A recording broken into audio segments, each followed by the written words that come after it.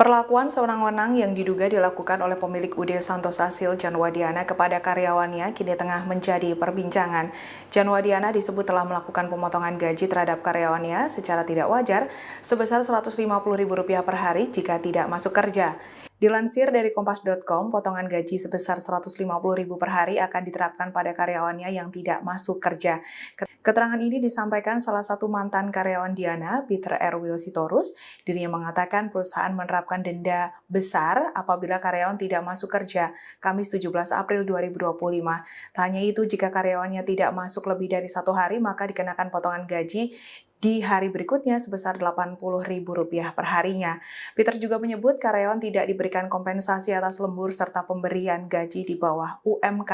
Atas hal ini, dirinya menyebut bahwa dalam perusahaan tersebut ada ketidakseimbangan antara perolehan gaji dengan jam kerja karyawan. Perlu diketahui hal ini muncul berawal dari adanya laporan atas pemotongan gaji terhadap karyawan yang melakukan ibadah salat Jumat hingga penahanan ijazah, di mana tindakan ini memicu kontroversi di kalangan masyarakat hingga pemerintah ikut turun tangan. Atas hal ini, para pekerja setempat mendesak aparat penegak hukum untuk segera bertindak dan mengamankan bukti.